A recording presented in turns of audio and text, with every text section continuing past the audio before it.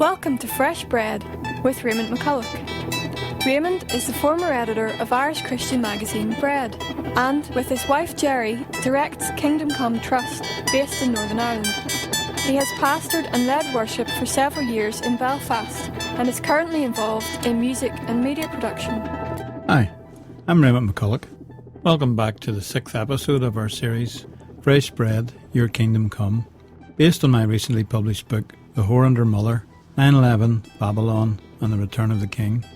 If you've missed the previous shows, don't worry.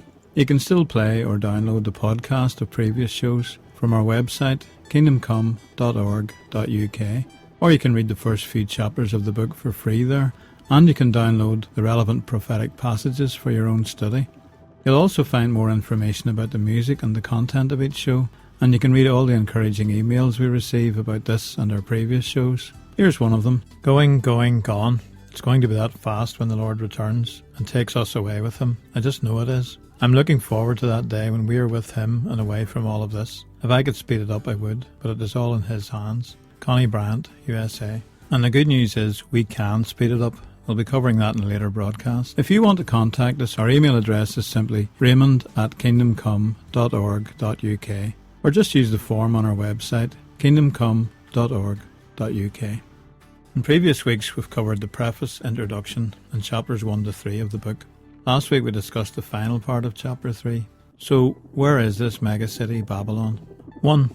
The fact that none of the other possible contenders for Mega Babylon has any kind of seaport leaves the major port of New York City as the most likely candidate.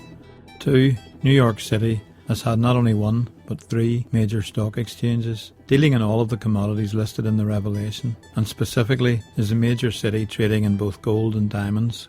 3. New York City is by far the world's most important port in terms of immigration, or bodies and souls of men, as the Revelation puts it.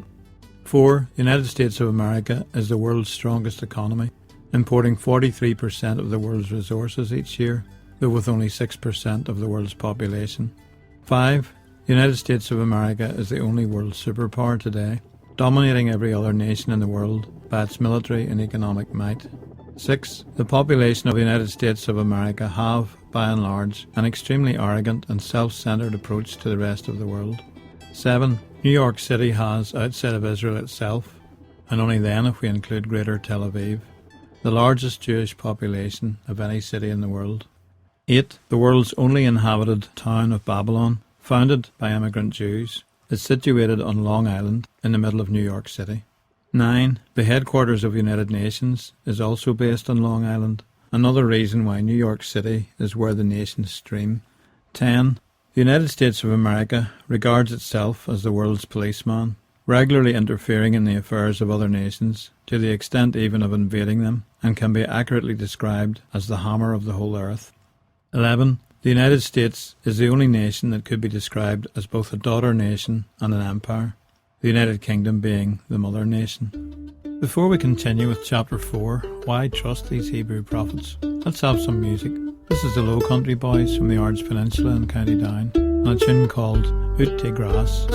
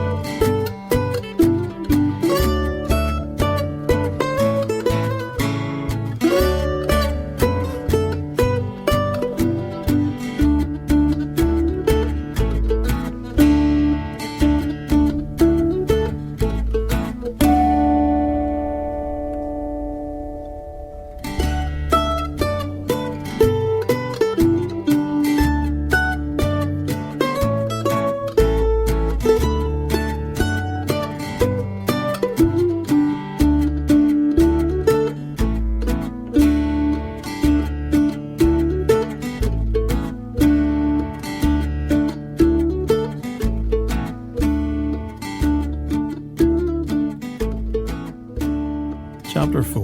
Why trust these Hebrew prophets? There are 6 million Jews currently living in the USA, and perhaps another 4 million among other nations, with 5 million now living in Israel, perhaps 15 million in total. But many of these do not believe that their Torah and Tanakh should be taken literally. The same is true of many Americans and other Western nationalities who profess a Christian faith, but have never really read, never mind believe or understand, the Old Testament or New Testament prophets. These books, known as Torah, Zabur and Injil in Arabic, are also regarded as holy books by those of the Islamic world, but most Muslims have never read them. So I should be trusting these words, written down many hundreds, even thousands of years ago. Before we can answer that, we need to take a closer look at some of the events they did foretell. As we said earlier, most of the Hebrew prophecies concern the people of Israel. Right back in the time of Moses, the God of Israel promised that if they would be obedient, he would bless them and establish them upon the land which he gave them, Eretz Israel, or the land of Israel. However, if they were disobedient, he promised to give their enemies power over them, and eventually that he would scatter them to the four corners of the earth. Yet even so, he also promised that one day he would gather them from the ends of the earth and restore them once again to their own land. Isaiah 43, 3-12. For I am the Lord your God, the Holy One of Israel, your Saviour. Do not be afraid, for I am with you. I will bring your children from the east, and gather you from the west. I will say to the north, give up, and to the south, do not hold them back. Bring my sons from afar, and my daughters from the ends of the earth. Verse 9. All the nations gather together. Let them bring in their witnesses, to prove they were right, so that others may hear and say, it is true. You are my witnesses, declares the Lord, and my servant whom I have chosen, that you may know and believe me, and understand that I am he. Before me no God was formed, neither will there be one after me. I, even I, am the Lord, and apart from me there is no Saviour. I have revealed and saved and proclaimed, I, and not some foreign God among you. You are my witnesses, declares the Lord, that I am God. This passage from Isaiah declares that the existence, preservation and ingathering of the people of Israel is all for one ultimate purpose, to declare that I am God, and beside me there is no Saviour. The people of Israel are a sign and a witness to all the nations, tribes and peoples of the earth that the God of Israel is the only God, and that his word is true. If the children of Israel survive until the end of the age, which against all odds they have done so far, if they are restored once again to the very land that he promised to them, taking place before our eyes since 1948, and if he actually gathers the people of Israel back again from the four corners of the earth, will this not be the greatest miracle the world has ever seen? From the book of Deuteronomy in the Torah of Moses to the prophecies of Yeshua, Jesus, and John in the New Testament, these things have been foretold by the Hebrew prophets. If we examine their prophecies and can see the fulfillment of their words taking place here and now, then we will have a solid foundation for taking heed of their other prophecies about the end times and the things that have yet to take place in the world. Yeshua, Jesus, thought by many, especially Christians, to be the greatest of the Hebrew prophets, said in Matthew 24:32-35, Now learn this lesson from the fig tree. As soon as its twigs get tender and its leaves come out, you know that summer is near. Even so, when you see all these things, you know that it is near, right at the door. Truly, I tell you, this generation, or race, will certainly not pass away until all these things have happened. Heaven and earth will pass away, but my words will never pass away. The word translated here as generation is the Greek word genea, which can also be read as genealogy or race. In other words, Yeshua is saying, this Jewish race will not disappear until all these things are fulfilled. There have been many serious attempts down through history to eliminate the Jews. We can think of the Crusades, the Spanish Inquisition, pogroms in Russia and Poland, the Nazi Holocaust or Shoah, and the current Arab-Islamic campaign against Israel. But the Jewish race is still here. Yeshua promises that they will continue to be right here until all these things are fulfilled. After the death of King Solomon, the people of Israel became divided into two separate kingdoms. The northern kingdom, Israel, consisting of 10 of the tribes, plus some of the Levites, and the southern kingdom, Judah, consisting of the other two tribes, Judah and Benjamin, and those of the Levites who remained faithful and served in the temple in Jerusalem. That may sound like 9.5 tribes were in the northern kingdom, but the tribe of Joseph was given a double portion, and so the descendants of Joseph's two sons, the half-tribes Ephraim and Manasseh, were treated equally with the other tribes and given a full portion of the land. So in fact there were 10.5 tribes in the northern kingdom of Israel and 2.5 tribes in the southern kingdom of Judah. And yes, that does make 13 tribes. In spite of many warnings from the prophets, the northern kingdom of Israel became more and more disobedient to the commands of their God, taking on the heathen practices of the nations around them, such as worship of Baal, Ashtaroth and Molech, which included sun worship and child sacrifice. Judah also was often disobedient, but unlike the northern kingdom, they had a certain number of righteous kings who periodically restored the nation to the Lord and destroyed Baal worship. The prophets repeatedly spoke of the need for justice, to remove oppression and exploitation from the land, otherwise they would be removed from it. Eventually, as he had promised, the Lord allowed the northern kingdom to be taken captive by the king of Assyria, the superpower that preceded Babylonian rule. The 10 tribes were taken from their land to Assyria, the land ethnically cleansed, and other people groups from Mesopotamia transported back to Israel to replace those 10 tribes. The replacement peoples became known as the Samaritans because they lived in the region known as Samaria. The kingdom of Judah, the Jews, continued to exist as a nation, but eventually their disobedience also grew to such an extent that the Lord allowed them too to be carried off, this time to Babylon, though only for 70 years. At the end of this period, as prophesied by Jeremiah, Cyrus, the new king of Persia, allowed around 50,000 Jews to return and rebuild their city and temple in Jerusalem. From this period on, they were known as the Jews, as opposed to Israel, because the connection with the other 10 tribes had by now been completely severed. Eventually, after hundreds of years, the majority of the Jews who had remained in Babylon were scattered further and further away, but they retained their separate Jewish identity, as they had done all along in captivity. In fact, the long years in Babylon tended to reinforce their identity as Jews. The 10 tribes, who had strayed much further from the commandments of the God of Israel and were taken captive much earlier, had also become scattered further and further along the ancient trade routes. They too kept their separate identity as sons of Israel, although not as distinct as the Jews, because of the longer period of exile, the greater degree of their rebellion and apostasy, and their earlier scattering.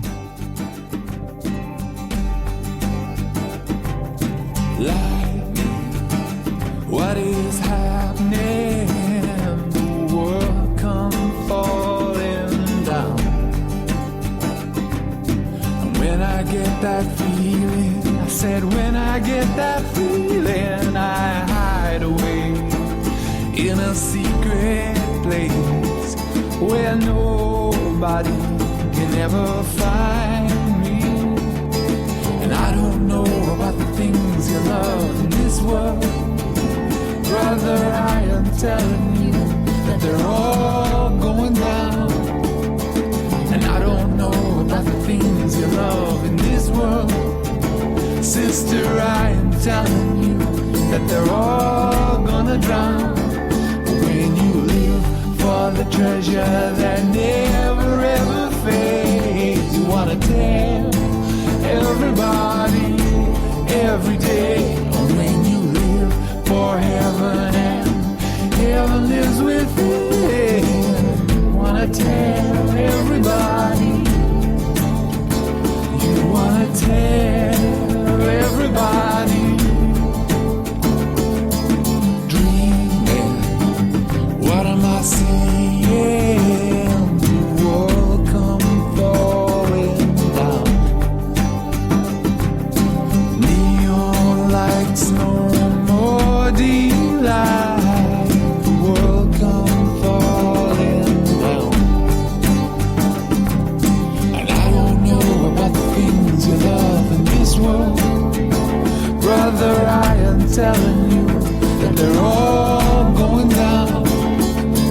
And I don't know about the things you love in this world, sister, I am telling you that they're all gonna drown. But when you live for the treasure that never ever fades, you wanna tell everybody every day. When you live for heaven and heaven lives within, you wanna tell everybody. You wanna tell everybody. I need some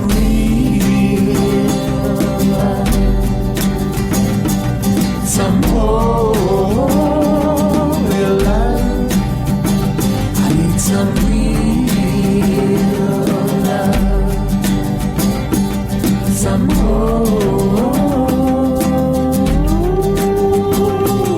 love.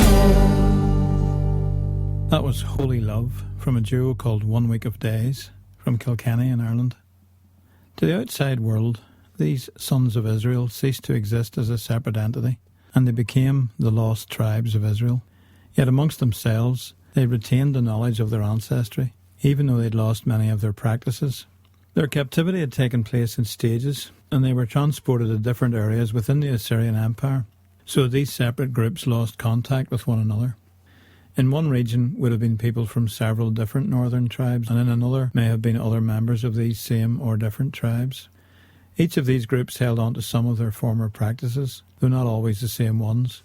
As the centuries went by, these groups took on their own identities and travelled further and further apart, yet often retained a memory still of their separate tribal origins. So for 2,700 years we have had this scattering of both Jews and the other 10 tribes to the four corners of the earth. Yet the same God who scattered them had also promised that one day he would gather them back again. Isaiah 11:12. He will raise a banner for the nations and gather the exiles of Israel. He will assemble the scattered people of Judah from the four quarters of the earth.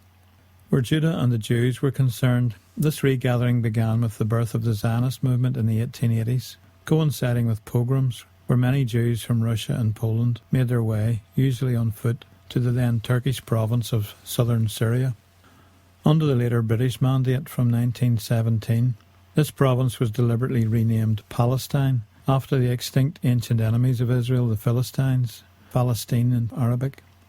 In return for Jewish help during the First World War, the British had promised, in the Balfour Declaration of 1917, a Jewish homeland in Israel. They later also promised the major part of this land to an Arabian emir, Abdullah, and they then gave away 78% of what they referred to as Palestine to become the Kingdom of Transjordan, illegally and without any United Nations mandate. Hence it is scathingly referred to by Israelis as the twice promised land. Jewish and also Arab immigration increased, and in 1948 the State of Israel came into being. By the way, the remaining 22% of the former British mandate consists of Israel proper, the West Bank and the Gaza Strip. When so-called moderate Palestinians refer to the occupied territories, they are often referring to the 22%, thereby claiming all of the land west of the Jordan, including Israel itself. Due to instant declaration of war by the surrounding Arab states, following Israel's proclamation of statehood in 1948, and her subsequent and very unexpected victory in what became known as Israel's War of Independence, around 850,000 Jews were in turn expelled from the Arab countries of the Middle East and North Africa. See theforgottenrefugees.com for info. Unlike the unfortunate 550,000 Arab refugees who were encouraged to flee Israel and then rejected by their fellow Arabs, these Jewish refugees were, with great hardship, assimilated into the fledgling new state within a few years, and many others joined them from around the world. The ingathering, back from the four corners of the earth, had begun. All of these immigrants were Jews, i.e. from the tribes of Judah, Benjamin and Levi. But in 1949, a strange event occurred. The British forces in Aden were suddenly faced with an Old Testament-style exodus of Jewish people travelling on foot from the interior of Yemen. A people who had lived there from the time of Solomon now wanted to join with the new state of Israel. June 1949 saw the beginning of Operation Magic Carpet, a 16-month airlift of around 50,000 Yemenite Jews who had been cut off from the rest of the Jewish world for about 3,000 years. These were the first not strictly Jewish Israelites and the forerunners of the Beta Israel, also known derogatorily as the Falasha, another group of 85,000 children of Israel living in Ethiopia. These so-called black Jews were transported to Israel from Addis Ababa and the deserts of Sudan in 1985. The basis for their acceptance under Israel's law of return was a decision by the chief Sephardic rabbi, Ovadia Yosef, that these people were from the lost tribe of Dan. Another 26,000 Beta Israel, the so-called Falash Mura, a derogatory title for Ethiopian Jews by race, who had been forcibly converted in past centuries to Coptic Orthodox Christianity, were left behind, but are now also slowly being brought to Israel. This is not the end of the story by any means, but we will deal with the so-called lost tribes in more detail in the next chapter. The Hebrew prophets, time and time again, have foretold that the Jews would be restored to their land, and that the land would begin to prosper when they returned to it.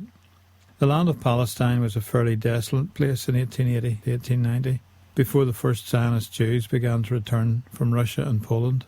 The Jews already living there previous to this were concentrated in the holy towns of Jerusalem, Hebron, Safad and Tiberias, and their lives focused mainly on study of Talmud and Torah, living mostly off the charity of the worldwide Jewish community.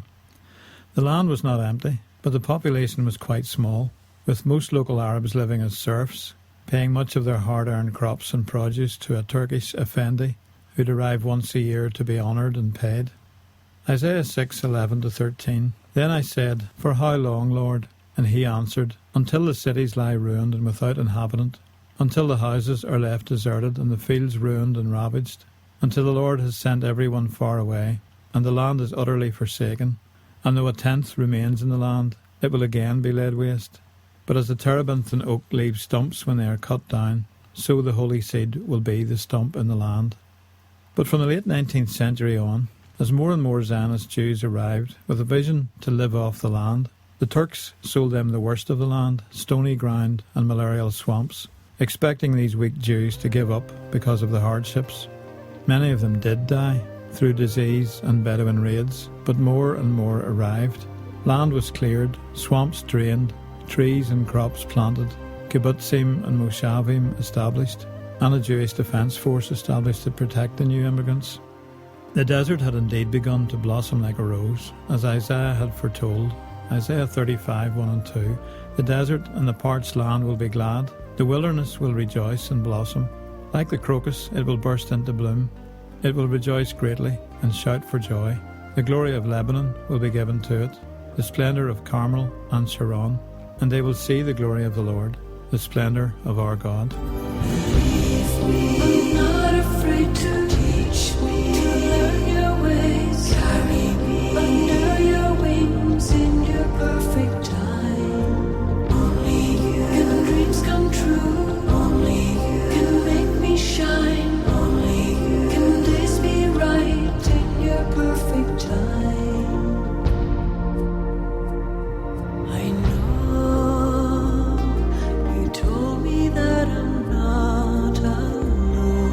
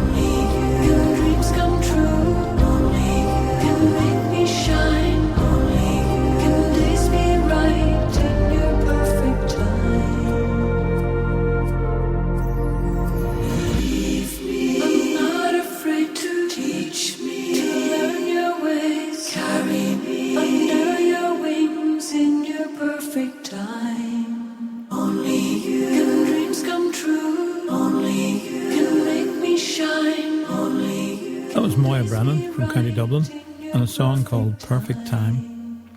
So, why should we trust these Hebrew prophets? Firstly, the Tanakh or Torah, the Old Testament, is regarded as holy by Jews, Christians and Muslims, the New Testament by Christians, and the Gospels or Injil by Muslims. Yet how many have read the prophecies contained in them? Second, as far back as Genesis and Deuteronomy, God promised to scatter the Israelites if they continued in rebellion and disobedience to the four corners of the earth. 3. Yeshua, Jesus, prophesied that this Jewish race would not disappear until all was fulfilled. Despite many attempts to wipe them out, they are still here. And 4. God also promised to bring the Israelites back to their own land, and the Jews are now established again in their own state of Israel today. Since 1967, they have also controlled the whole city of Jerusalem, including the Temple Mount. So much for the Jews, only 2.5 tribes out of 12. But what about the rest of the Israelites? In the next chapter, we'll continue by looking at the promised return of the so-called lost tribes of Israel. Join us again next week for chapter 5, the second Exodus.